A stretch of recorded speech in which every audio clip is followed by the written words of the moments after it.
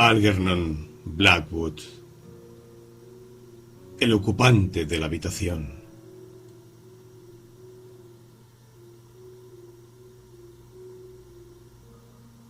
Llegó en la diligence amarilla bien entrada la noche, entumecido y lleno de calambres, tras 3 horas de fatigoso e interminable ascenso. El pueblo, una masa compacta de sombras, dormía ya. Tan solo delante del hotel persistía aún el bullicio, la luz y la animación, aunque sería ya por poco tiempo. Las caballerías, con la cabeza gacha y paso cansino, cruzaron solas la carretera arrastrando sus arneses por el polvo y desaparecieron en las cuadras. Mientras la pesada diligencia, que parecía un gran escarabajo amarillo con las patas quebradas, se quedaba a hacer noche en el lugar hasta donde la habían conducido a rastras. A pesar del cansancio físico, aquel maestro de escuela, que disfrutaba de las primeras horas de unas vacaciones que le habían costado 10 guineas, estaba rebosante de felicidad. La paz que se respiraba en aquel alto valle alpino era maravillosa.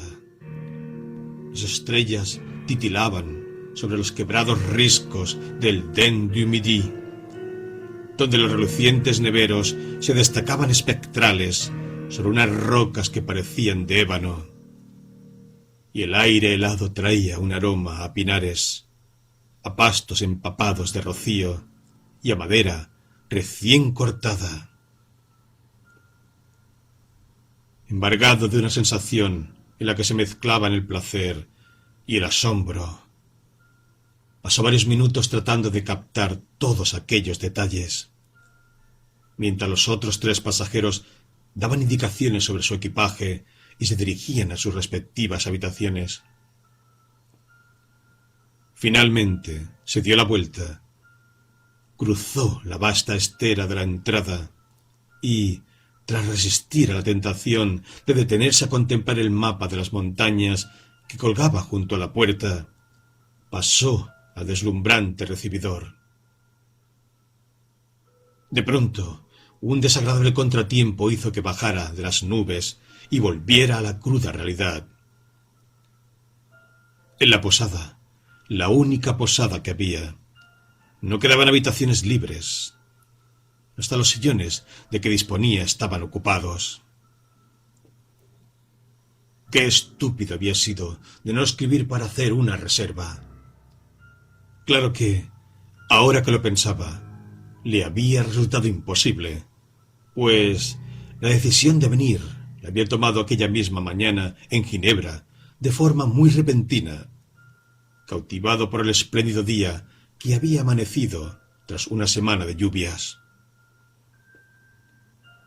El portero, que lucía una chaqueta con ribetes dorados y una vieja de facciones muy duras, le había llamado la atención la dureza de aquel rostro. No paraban de hablar y de gesticular mientras señalaban al pueblo en todas direcciones, haciéndole unas sugerencias que sólo comprendía a medias, pues sus conocimientos de francés eran limitados y el dialecto en que hablaban era algo verdaderamente espantoso. Allí. A lo mejor encontraba habitación. O si no, allá.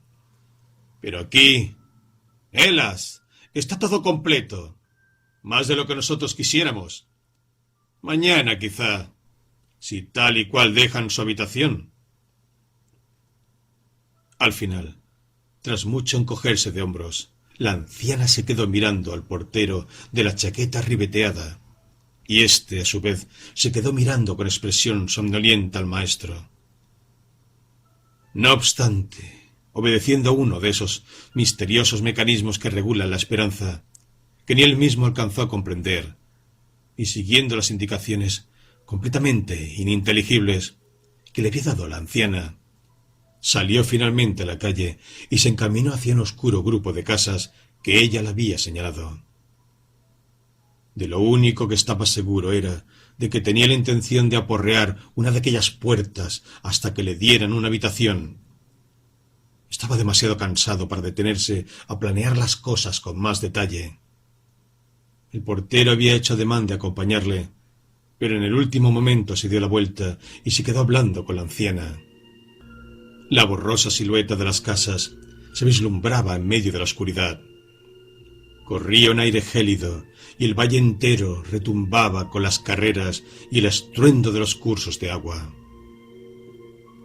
Pensaba vagamente que no tardaría en amanecer y que quizá tendría que pasar la noche dando vueltas por el bosque, cuando oyó un ruido sordo a sus espaldas y al darse la vuelta vio a una figura que se acercaba apresuradamente hacia él. Era el portero, que venía corriendo. En el pequeño recibidor de la posada se reanudó una confusa conversación a tres bandas, salpicada de vez en cuando por coloquios en voz baja y apartes susurrados en dialecto entre la mujer y el portero, cuyo resultado final fue que... Si a Monsieur no le parecía mal, después de todo, sí que había una habitación en el primer piso, solo que, en cierto modo, estaba ocupada. Bueno, en realidad, lo que pasaba era que... No obstante, el maestro se quedó con la habitación sin meterse en más averiguaciones sobre aquel embrollo, pues al fin y al cabo le había proporcionado de pronto justo lo que él quería. La ética profesional de los hosteleros no era cosa de su incumbencia. Si aquella mujer le ofrecía alojamiento, no le correspondía a él ponerse a discutir sobre si estaba legitimada o no para hacerlo. Mientras acompañaba al huésped a su habitación, el portero, que a todas luces estaba un tanto nervioso, le fue suministrando en una mezcla de francés y de inglés los detalles que la patrona había omitido.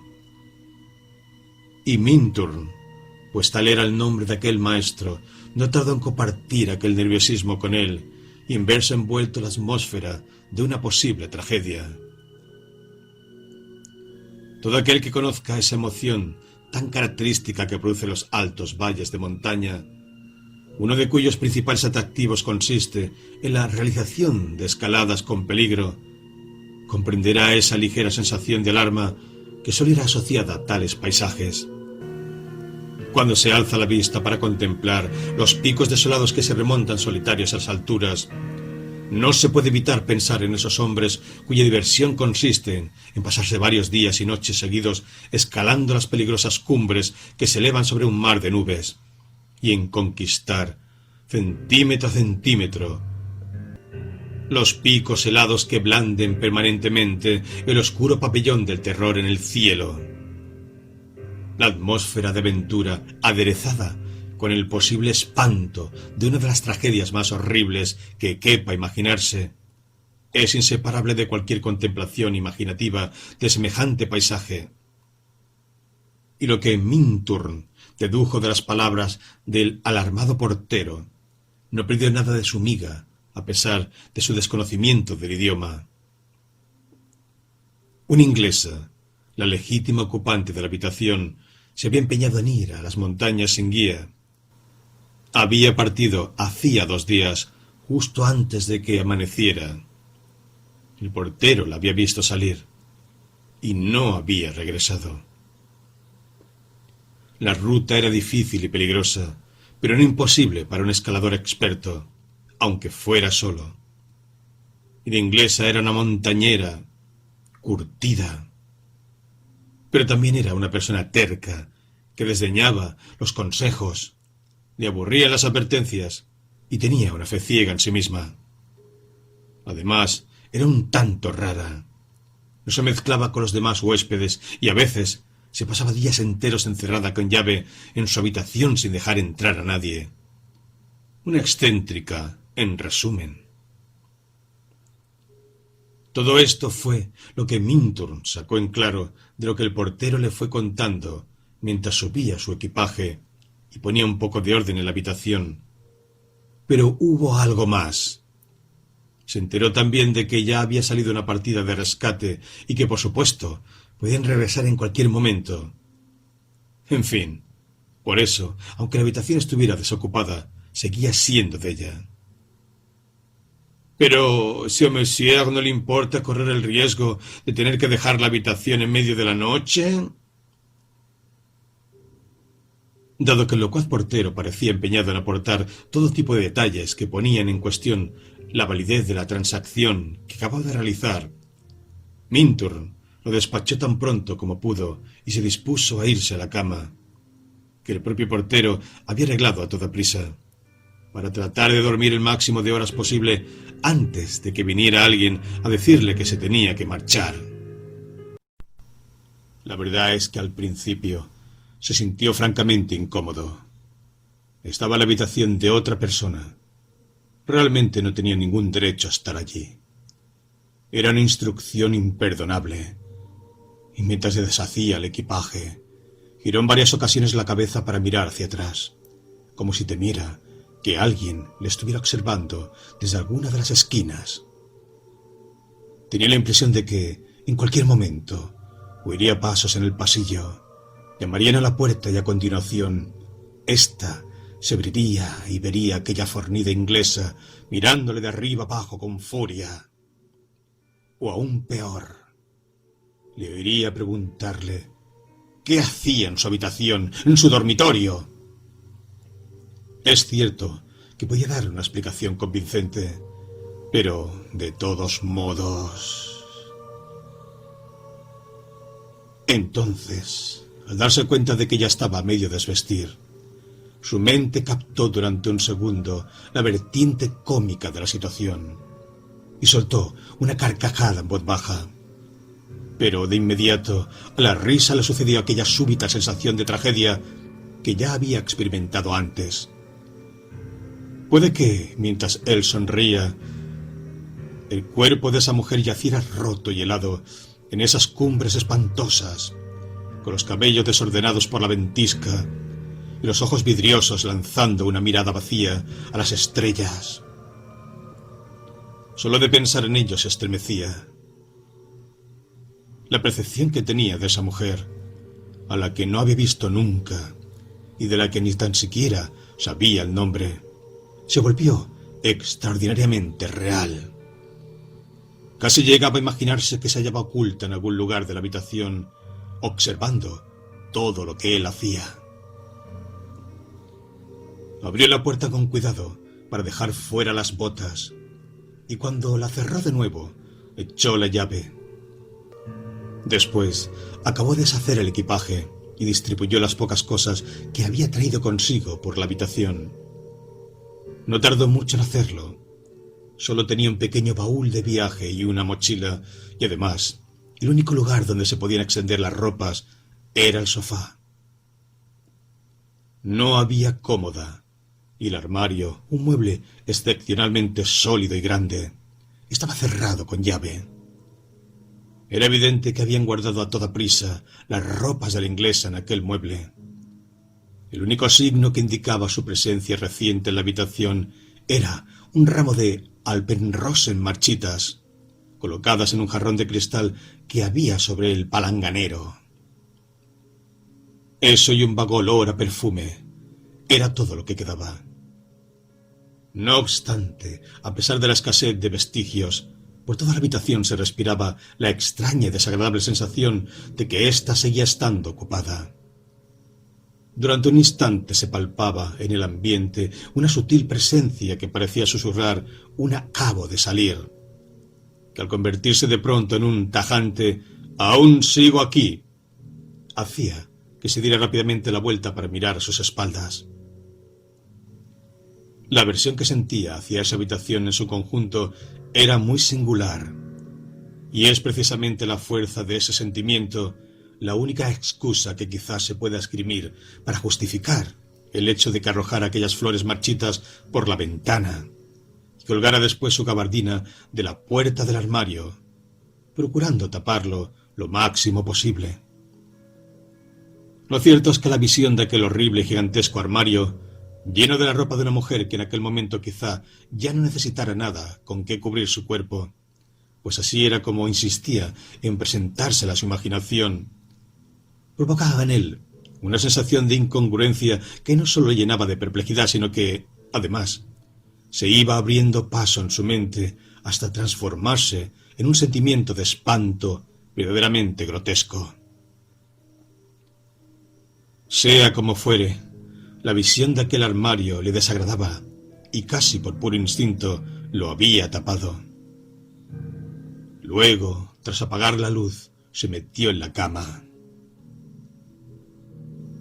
Pero desde el preciso instante en que la habitación quedó a oscuras, se dio cuenta de que aquello era más de lo que él podía soportar, pues nada más hacerse la oscuridad, sintió una especie de corriente de aire helado que no alcanzaba a explicarse. Y lo curioso es que, al encender la vela que había junto a la cama, advirtió también que le temblaban las manos. La verdad es que aquello era ya demasiado. Su imaginación se estaba tomando muchas libertades y había que llamarla al orden. Pero la forma en que lo hizo fue muy significativa. El propio carácter deliberado de su acción ponía a descubierto un estado mental que ya había dado cabida al miedo. Y una vez que el miedo se ha metido dentro, es muy difícil expulsarlo. Se recostó sobre su codo y se puso a enumerar con sumo cuidado todos los objetos que había en la habitación, con la intención, por así decirlo, de hacer un inventario de todo aquello que percibían sus sentidos, para después trazar una línea, sumarlos y exclamar con decisión: «Esto es todo lo que hay en esta habitación. He contado todas y cada una de las cosas. No hay nada más. Ahora ya puedo dormir tranquilo». Fue precisamente durante el absurdo proceso de enumerar los muebles de la habitación cuando se apoderó de él una terrible y angustiosa sensación de lasitud que casi le impidió acabar sus cuentas. Le acometió con una rapidez y una virulencia asombrosas que hicieron que, sin apenas darse cuenta, se viera abrumado por una molicie atroz, difícilmente descriptible. Su primer efecto fue hacerle olvidar su miedo. Ya no tenía la energía suficiente para sentirse verdaderamente asustado o nervioso. El frío permanecía, pero la alarma había desaparecido. Por todos los rincones de aquella personalidad, por lo general vigorosa, se fue extendiendo lentamente el insidioso veneno de una fatiga muscular que, al cabo de unos segundos, pareció transformarse en inercia espiritual. Una súbita conciencia de la supina futilidad y del absurdo de la vida, del esfuerzo, de la lucha, de todo lo que hace que vivir merezca la pena, se fue infiltrando en cada fibra de su ser, dejándole en un estado de extrema debilidad. El espíritu de un negro pesimismo, al que le faltaban fuerzas incluso para manifestarse con cierta energía, invadió las cámaras secretas de su corazón.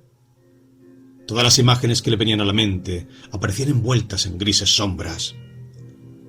Esos caballos sudorosos y aburridos, ascendiendo trabajosamente a ninguna parte.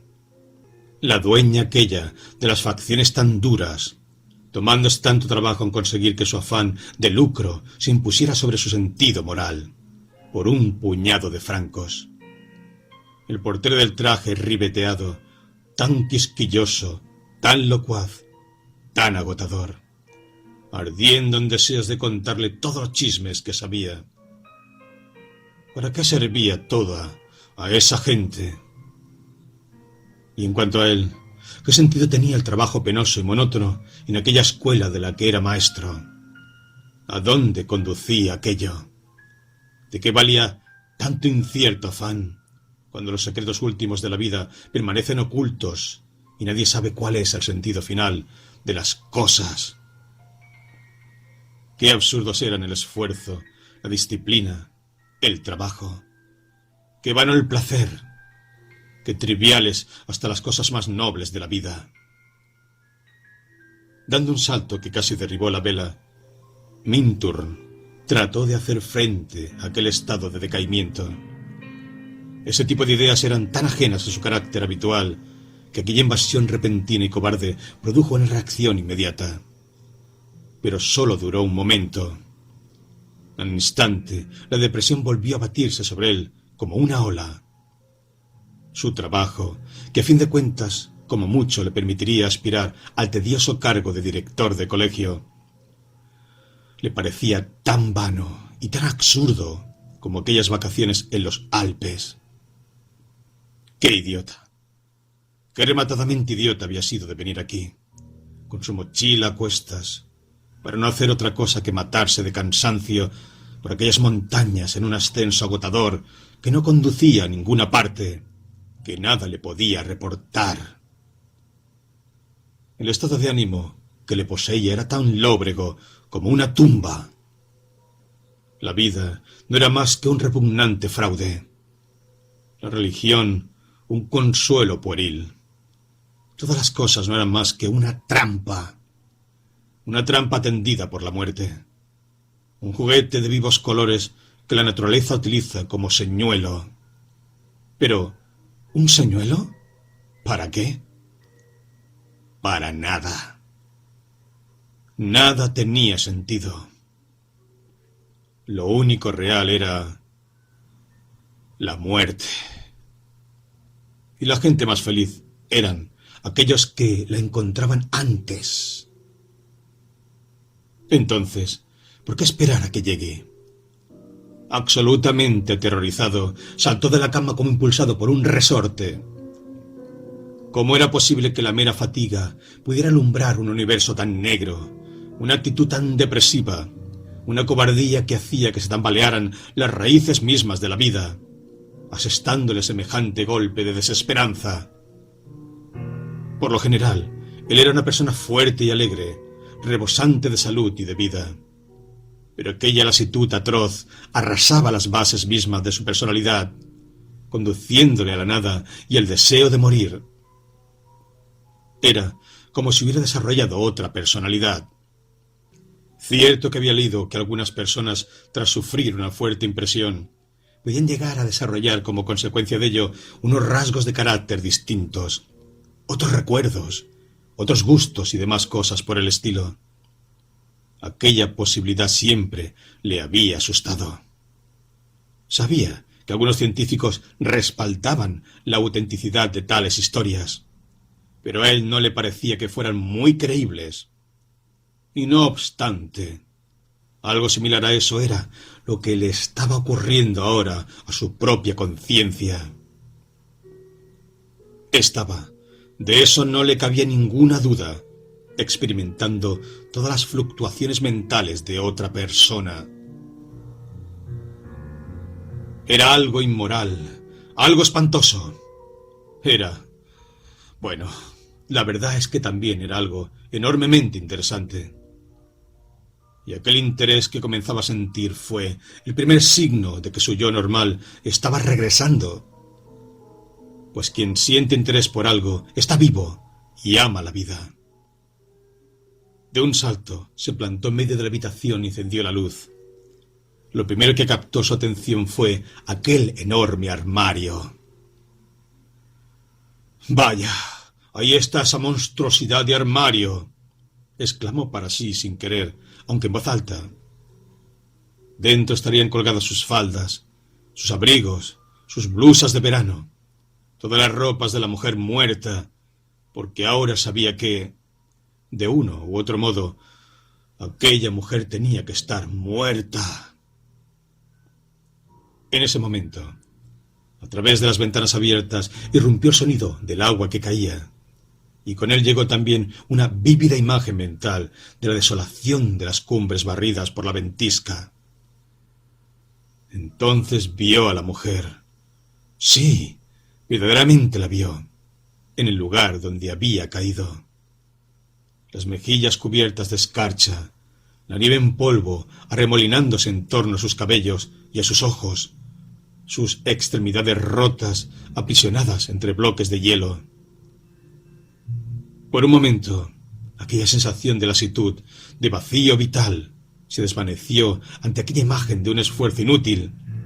de la pequeña fuerza de un ser humano peleando con coraje, aunque en vano, contra las potencias impersonales y despiadadas de la naturaleza inerte. Y de nuevo recuperó su yo habitual. Sin embargo, un instante después, regresó otra vez al terrible frío, la nada, el vacío.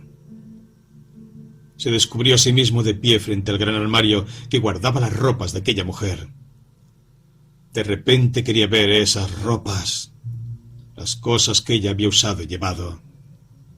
Estaba muy cerca, casi podía tocarlo. Y un segundo después ya lo había tocado. Estaba golpeando con los nudillos en la madera. Es difícil saber por qué lo hizo. Probablemente se trató de un movimiento reflejo. Algo desde lo más profundo de su ser se lo había dictado, se lo había ordenado.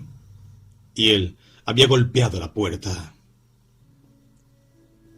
El sonido sordo de la madera en medio de la quietud de aquella habitación le horrorizó.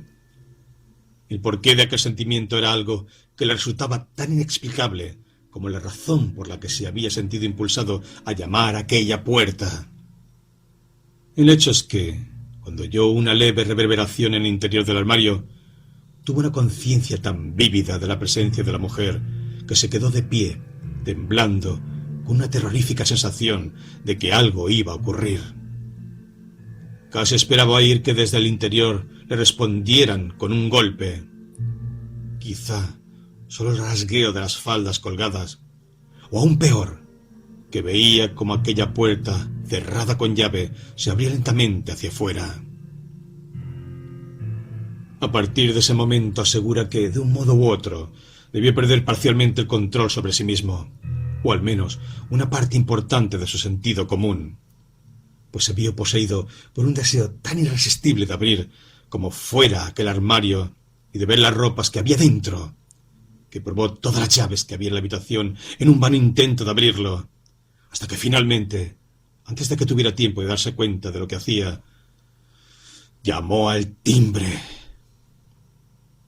Pero, tras haber llamado al timbre, a las 2 de la madrugada, sin que hubiera ninguna razón sensata u obvia para hacerlo, y mientras esperaba de pie en medio de la habitación a que viniera algún empleado, se dio cuenta por primera vez que algo ajeno a su ser normal le había impulsado a hacer aquello.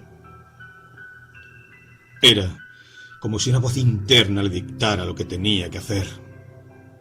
Por eso, cuando finalmente se oyeron pasos que se acercaban por el pasillo, y tuvo frente a frente a una doncella adormilada, enojada y muy sorprendida de que la hubieran llamado a esas horas, no tuvo ninguna dificultad en encontrar palabras con las que expresar sus deseos. Aquel mismo poder que le había premiado a que abriera la puerta del armario también le impedía pronunciar unas palabras sobre las que, aparentemente, no tenía control alguno. «No es a usted a quien he llamado», dijo con decisión e impaciencia. «Necesito a un hombre. Despierta al portero y envíemelo inmediatamente. ¡Dese prisa! ¿Es que no me ha oído? ¡Dese prisa!». Cuando la chica se hubo marchado, Minturn, asustado de su propia severidad, se dio cuenta de que aquellas palabras le habían sorprendido a él tanto o más que la propia doncella. Hasta que no salieron de sus labios, no supo exactamente qué era lo que iba a decir. No obstante, comprendía que alguna fuerza ajena a su personalidad estaba utilizando su mente y los órganos de su cuerpo. Aquella negra depresión que le había poseído hacía poco también formaba parte de ello. De algún modo, el poderoso estado de ánimo de la mujer desaparecida se había apoderado de él momentáneamente. Con toda seguridad, debido a la atmósfera que creaba en la habitación, la presencia de cosas que le habían pertenecido. Pero ni siquiera cuando el portero, sin chaqueta ni cuello duro, se hallaba allá junto a él en la habitación, consiguió comprender por qué insistía. Hecho una verdadera furia, y sin admitir un no por respuesta, en que buscara la llave del armario y abriera inmediatamente la puerta. La escena resultaba bastante curiosa. Tras realizar un intercambio de susurros de asombro con la doncella al fondo del pasillo, El portero se las arregló para encontrar y traer la llave en cuestión. Ni él ni la chica sabían a ciencia cierta qué era lo que pretendía aquel inglés tan nervioso, o por qué ponía tanto empeño en que se abriera un armario a las 2 de la madrugada. Le observaban con aire de quien no puede dejar de preguntarse qué será lo que va a ocurrir a continuación. Sin embargo, algo de la extraña seriedad y del miedo que ahora apreciaban en aquel hombre se les contagió. De modo que cuando la llave chirrió al introducirse en la cerradura, los dos pegaron un respingo. Contuvieron el aliento mientras la puerta se abría lentamente con un crujido. Todos oyeron el ruido de otra llave al caer contra el suelo de madera del armario, por dentro. Había sido cerrado desde el interior. Pero fue la aterrorizada doncella, desde su posición en el pasillo, quien lo vio primero, y lanzando un grito desgarrador se desplomó contra el pasamanos de la escalera. El portero no hizo intento alguno de rescatarla. Tanto él como el maestro salieron corriendo hacia la puerta, que ahora se hallaba completamente abierta. También ellos lo habían visto.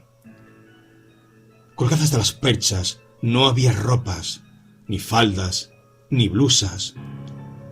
Lo que vieron fue el cuerpo de la mujer inglesa suspendido en el aire con la cabeza caída hacia adelante. Sacudido por el movimiento que se había producido al abrir la puerta, el cuerpo había ido girando lentamente hasta darles la cara. Clavado en la parte de atrás de la puerta había un sobre del hotel con las siguientes palabras escritas con letra temblorosa: cansada, infeliz, desesperada, deprimida. No puedo seguir haciendo frente a la vida. Todo es negro. Tengo que poner fin a esto. Quería hacerlo en las montañas, pero tuve miedo. Volví a mi habitación cuando no vi a nadie. Así es más fácil y mejor.